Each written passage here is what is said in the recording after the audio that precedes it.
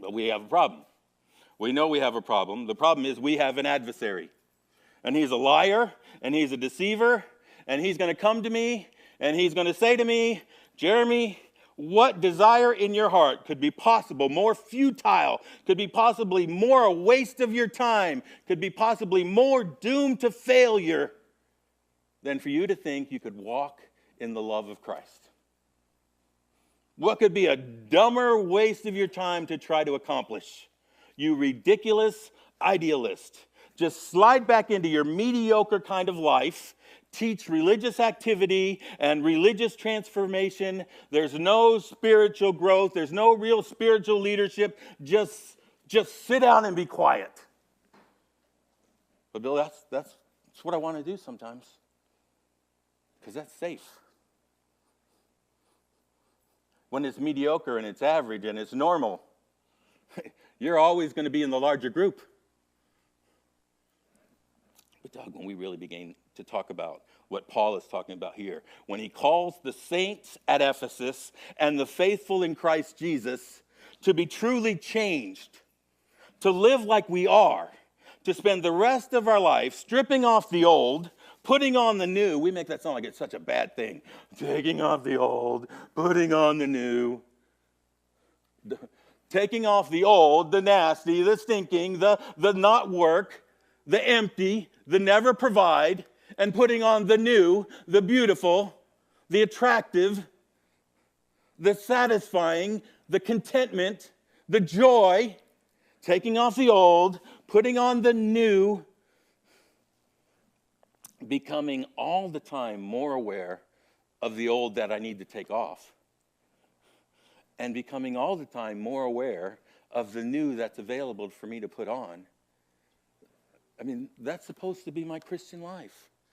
But this requires, back to chapter 4, us to tell the truth about some things. Miss Sherry, it requires us to tell the truth about some things like my anger, which I've justified for years. Or to tell the truth about some things like my attitudes, which I have rationalized. Or my lack of love, or my apathy, or my laziness, or my lack of forgiveness, or just my justification to hate. It requires me to tell the truth about some things so I see them for what they are, so that I can put them off. Which is why I really think the thing that's avoided most in Christianity is the light of the Scriptures. Paul begins to write in chapter 4, and now he's challenging us in chapter 5 to walk in the light, because we choose to live in the deception of our own mind. Telling ourselves all the time we're okay or we're better than because the things we do or the things we don't do. Holding on to the old man, never learning to grow and walk in his love. I have to learn some things. This changing of our lives by the Spirit of God, living in us, living through us, conforming us to the image of God. It is his will. Let me say this again. Brother Wayne, the changing of Brother Wayne's life to where he is surrendered to the Spirit of God, who lives in Brother Wayne, who wants to live through Brother Wayne, who wants to take Brother Wayne and conform Brother Wayne to the image of God, which, by the way, he said all the way back in chapter 3 when he said, filled with the fullness of God, with Christ dwelling in our hearts richly, strengthened in the inner man by his Spirit. Okay, he started to introduce that all the way back in chapter 3. But this idea of accomplishing this transformation of life is his will. It's his paid for, provided for plan. It is what he wants in our life. Therefore, if it is not happening, it is on us. He is not incapable of accomplishing anything. He did not shortchange anyone. No one in here does not have what's provided. We are choosing to live deceived lives. We are deciding to, back to chapter 4, to be deceived, to have our understanding darkened, to give place to the devil, to grieve the Spirit of God, to live and depend on the old man. Eric, can you give me some water? The great verifier, and preacher just took us through 1 John, which was a great study. But one of the great things loving and growing in love does for us, Brother Maddox, is it gives us a surety of our salvation. That's what he's talking about here. One of the great verifiers that we're walking in the new man is that we're growing in our love. When we choose to stay deceived, and we choose to avoid the light, so there's no growth, is it any wonder that we have churches full? Half the congregation is all the time doubting their salvation, back and forth and back and forth and back and forth. The verifier, the confirmation that we're his child, is that we're growing and walking and looking like him, especially in the area of his love one towards another.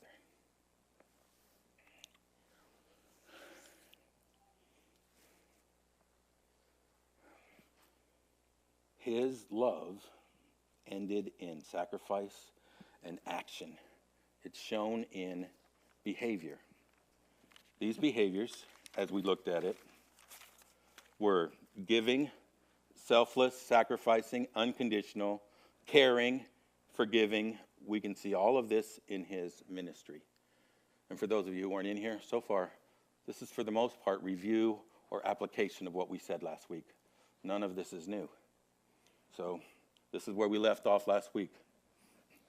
Hi, Mikey. This is where we left off last week, Brother Hank. So all of that we've said so far this morning, what is that, 10 minutes? This is what I want you to know. Be imitator of him. This is what you're supposed to be. Giving, selfless, sacrificing. Oh, look at that. He even got ice. That means he wants to be my favorite son. He's the only one. Oh, he's not the only one here. He's the only one paying attention, heard any word I've said, so.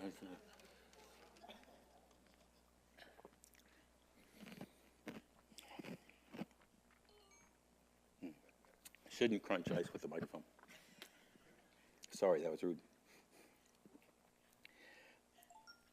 If we're going to walk in his love, Brother Hank, we should be giving people. We should be a selfless people. We should be a sacrificial people. We should be an unconditionally giving, selfless, sacrificing people. We should be caring. We should be where we ended last week, forgiving. The problem, and here's where we get into the new passage, and we know this, whatever God establishes, Satan counterfeits. And this is where I think you have to keep with the attitude of the passage. Because Brother Maddox, what he's about to do is he's about to deal with that counterfeit. This is not him saying, all right, you're going to get your assurance from these behaviors. This is what's going to make you know you're a Christian. It's not what he's talking about.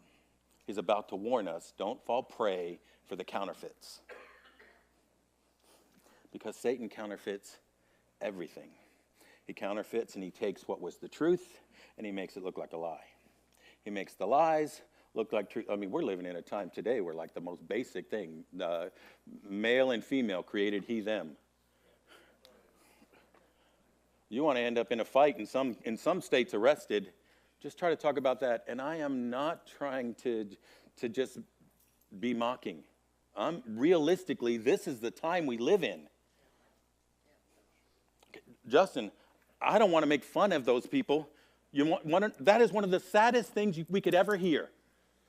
That person has bought a lie. To me, it's the stupidest lie under the sun. How could you buy it? But they did. And they're building their life upon a lie, and they're going to end up in hell. That is not make fun of. That is sad. That is, I do not like our adversary. Okay, because he takes it and he forms it and he twists it.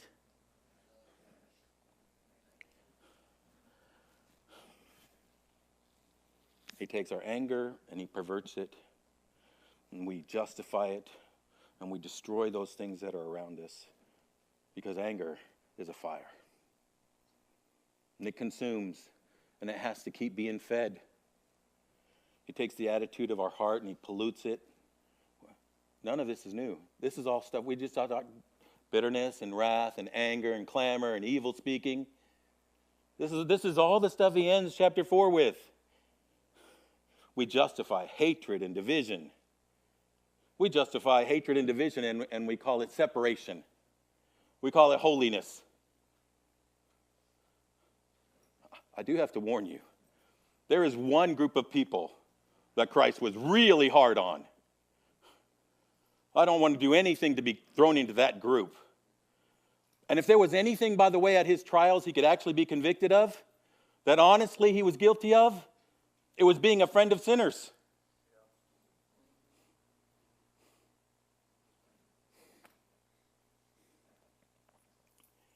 So now God has created love, born of God. What is Satan going to do? He's going to create love, born of Satan.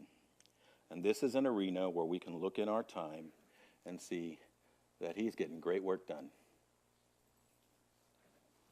Why? Because God has created us with a need for love. We need to be loved, and we need to love.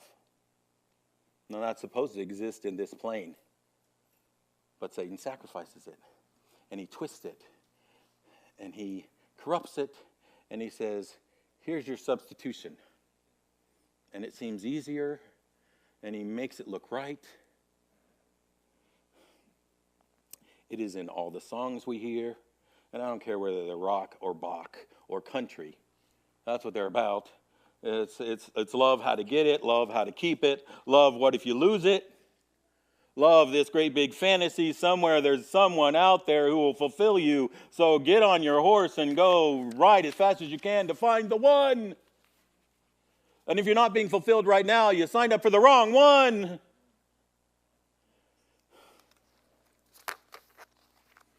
Because this love born of Satan is all about satisfy me, fill me. In essence, love born of God. Eric, give me Matthew chapter 20. Matthew 20, 25 through 28. In essence, love born of God is, I am here to meet your need. That's what God did. He came down and he said, I'm here for you. And, oh yeah, here, let me give you these. It's a good thing I have my glasses. I couldn't even read that. But Jesus called unto him and said, ye know that the princes of the Gentiles exercise dominion over them. Now, we've read this before, Brother Hank. This is talking about leaders ruling over. We're not supposed to be people who rule over. But this watch where it ends up. You know that the princes of Gentiles exercise dominion over them. They power over them. That's how they rule. And they are great exercise of authority upon them. But it shall not be so among you. It's not how you're supposed to rule. That's not the authority you have. You're not supposed to power over people. But it shall not be so among you. But whosoever will be great among you, let him be your minister. Let him be the servant. You want to be great? Don't tell me your title. Don't tell me your history. Don't tell me your past accomplishments. Show me your servant attitude. You want to be great? Show me your humility. Show me your investing in other people. Let me see your forgiving spirit. That's what I want my disciples to look like. And whosoever will be chief among you, let him be your servant. You missed it in the last verse. Let me say it again. Even as the Son of Man, because I'm not calling you to do anything I'm not doing. Even as the Son of Man came not to be ministered unto, but to minister and to give his life a ransom for many. Love born of God, in essence, is giving. I've called you to follow after me, to have this love born of God. But love born of Satan is exactly the opposite. It is not, I am here to meet your need. It is, you are here to meet my need. It is by definition the opposite. Its essence is conditional. You are here to meet my need. Well, what happens if you don't? Then you have no value anymore.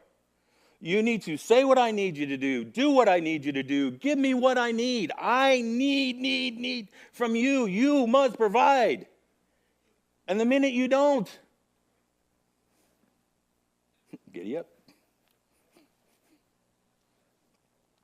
It is selfish, my needs, my wants. It is unforgiving. It is punishing. It is attacking.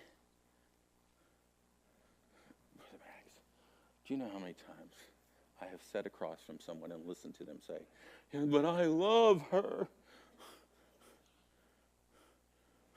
But I just heard how you cussed her out.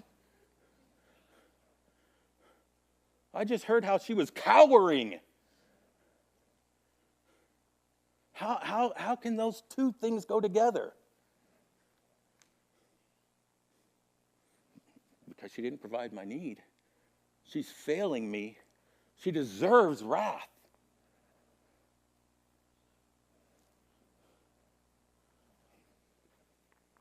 See, now all you ladies, if I knew you were coming in here, I'll switch that around.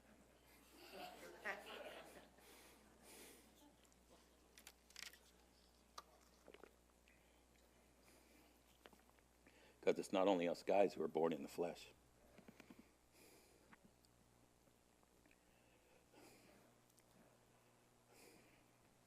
Love born of Satan is conditional, it's selfish, it's unforgiving, it's delusional. How does it even make sense? I don't get, how does it even make sense? This guy, how does this make sense? It doesn't make sense to me. How do you expect, you're here for me, you're here for me, you're here for me, you're here for me, everybody's here for me?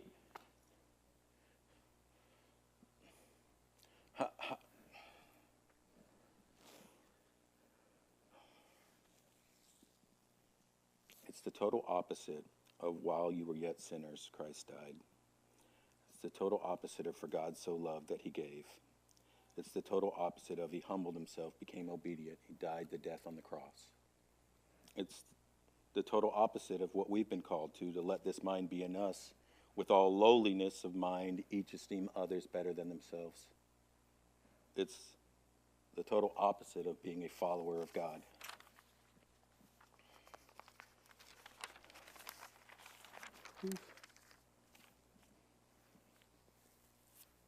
And this Satan's love, this love born from Satan, it can be in a friend relationship.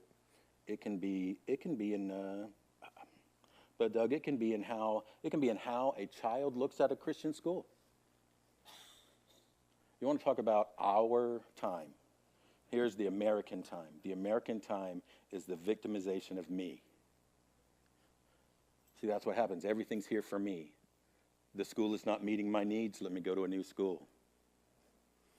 Parents not meeting my needs. The wife's not meeting my needs. The friend's not meeting my needs. The church isn't meeting my needs. The job's not meeting my needs. Who in the world thinks the job's responsibility is to meet your needs? Every American under the age of 30.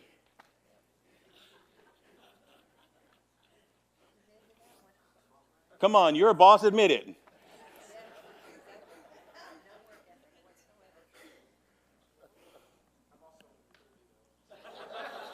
You worked for me for a long time.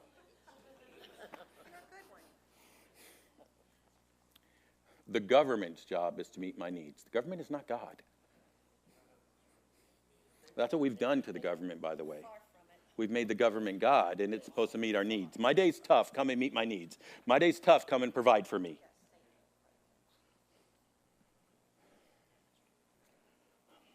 We have got to this position where everything is about taking. Everything is about me. The primary need for everyone and everything is to meet my need. And it has no value for me until my need is met.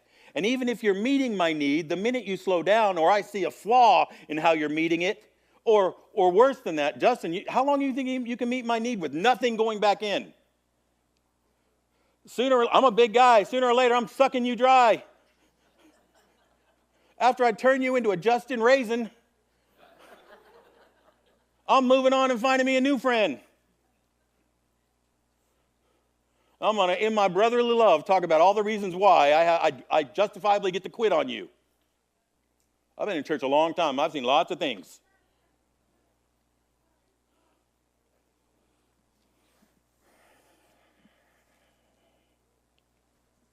See, when we get back to this verse, be therefore followers of God as dear children and walk in his love. Let me say this again. I don't know that there's a greater challenge for us Christians right there.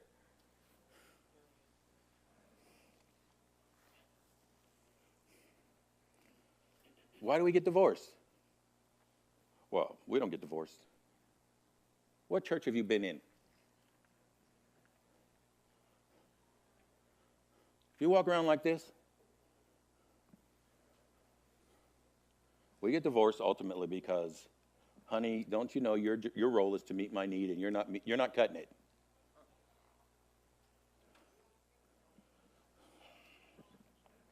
Relationships end up often, well, some relationships are two takers. You got two born of the love of Satan. We don't really deal with those very often because those relationships don't last long. You can't put two takers together for very long. As soon as they realize I'm a taker, you're a taker, you're bad, you're bad. World gets to hear how both of y'all are bad. And never do you look at each other again. Much more often, you get one taker and one giver. Let me tell you, that relationship is just sick. It's just sick. And sometimes people actually try to justify it with verses from this later chapter, which we definitely will not do when we get to it. This is just an overview. We'll look at these verses a little bit stronger when we get to them.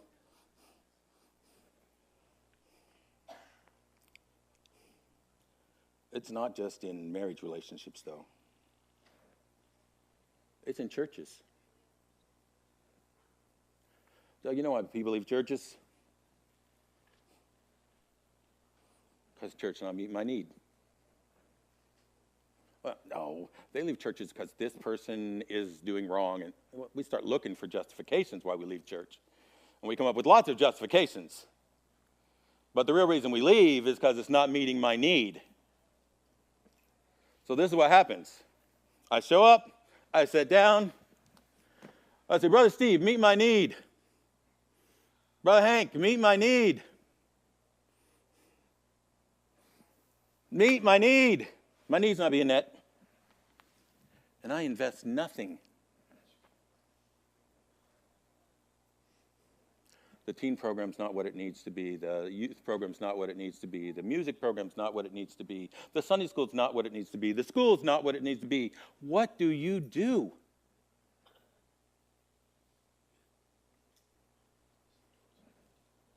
Where's your love in any of those areas? Why are you such a taker with no giver? Why is there no investment? Well, God has made me wise, and I can see the problems. Well, if God showed you a burden, that's what it is. It's not a problem, it's a burden. Now invest and bear the burden. I know, I'm kind of mean. I don't do overviews well. But I think if you don't look at this in an overview, again, you miss the attitude of the passage. And you can take this passage and it can be very, very pharisaical. And it's not meant that way at all. We probably should end early, but here, let's go on this way. The manifestation of God's love is his behavior. And we should be manifesting his love. And we know why. You can go to 1 John 2. Here's the problem. Here's the problem in the world. Remember this? Remember this, Brother Hank? Problem in the world is no man has seen God at any time. And what they're supposed to see is God in us. Which, Masheri, is why we're supposed to be followers, mimics of him. It's probably also why, when it gives us the first picture of what a follower looks like, it says, loving like he loved. Because that makes us approachable. And that fills the major need of mankind, which they don't have. So, that is what we're supposed to be growing in. That's what we're supposed to be exempling. That's what we're supposed to be manifesting. But he goes on and he lists for us some things that the manifestations of Satan's love shows, what these behaviors are. Verse 3, but fornication, which is porneia, which is sexual sins, which is perversion, which is in essence, you're here for my gratification. It's what it is. It's I see you as an object, fulfill me, fix me, make me happy. But fornication and uncleanliness. Uncleanliness is one of those really cool words. Now, I was hoping Joel was in here so he could, say this fancy Greek word. I definitely can't say it now. My lips sticking together. I've been sick this week. I've been on antibiotics, and it has done crazy things to me. Eric, give me Matthew 23. Are you up there? Yeah, thank you. Give me Matthew 23:27.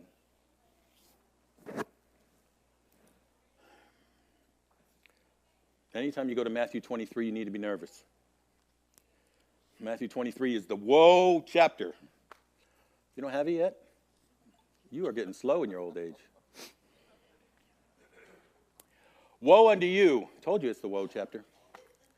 Woe unto you, scribes and Pharisees, hypocrites, for you are like whited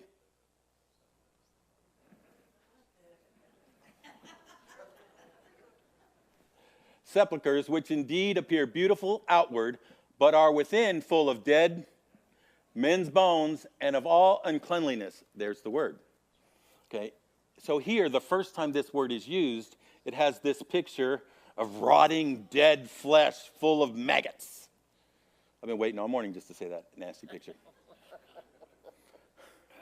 So here's the first time it's used. It's used 11 times. All other 10 times it's used in a picture of sexual sin. Brother Max, I'm not real bright. I say the obvious so that way you can't get any credit for saying it later. But I can put these two pictures together. Sexual sin to him is like rotting dead bodies full of maggots. It's not love. It's not beautiful. It's not fulfilling. It's destructive and stenchy and corrupting. You see, what he's contrasting is love born of God and the love born of Satan that the world is settling for. Go back to Ephesians 5, still in verse 3. But fornication and uncleanliness or covetousness. Now, how does covetousness fit in here? Mike, we've had some good conversations, Mike. We can talk about this one too. Covetousness, my shirt's hot, and I really don't know what to wear it with. I kind of like your shirt. Liking your shirt's one thing, but I covet your shirt. You know what that means? It means I want it. I want to possess it.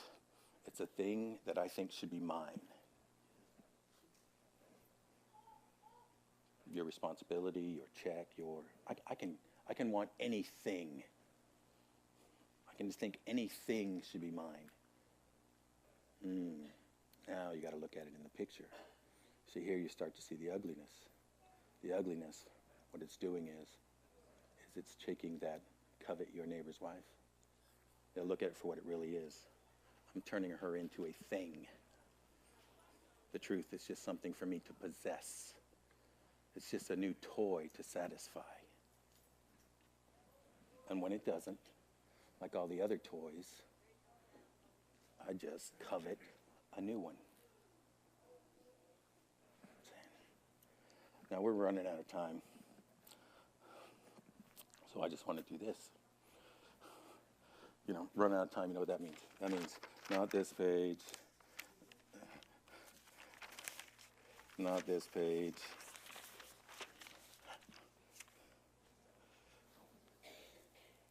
I just want to step back and look at this love. This love born of Satan.